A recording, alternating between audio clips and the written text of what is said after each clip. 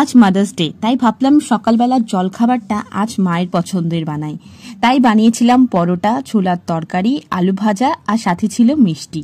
মারা সারা বছর আমাদের জন্য কত কি না করে, আর তার কোনো হিসেব তারা রাখে না। আমরা কিসে ভালো থাকবো, আমাদের কি ভালো লাগে, সবকিছু মা খেয়াল রাখে। আসলে আমাদের নিয়েই মায়ের পুরো জগৎটা।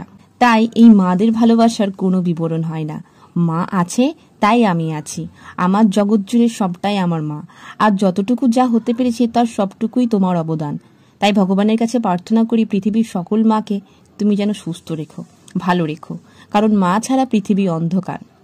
তো খাবারগুলো খুব যত্ন নিয়ে মায়ের জন্য বানিয়েছিলাম, আর মা খেয়ে বলল খুব ভালো হয়েছে। আমি জানি যদি খারাপ হতো তবু তুমি বলতে না যে খারাপ হয়েছে, কারণ তুমি যে মা।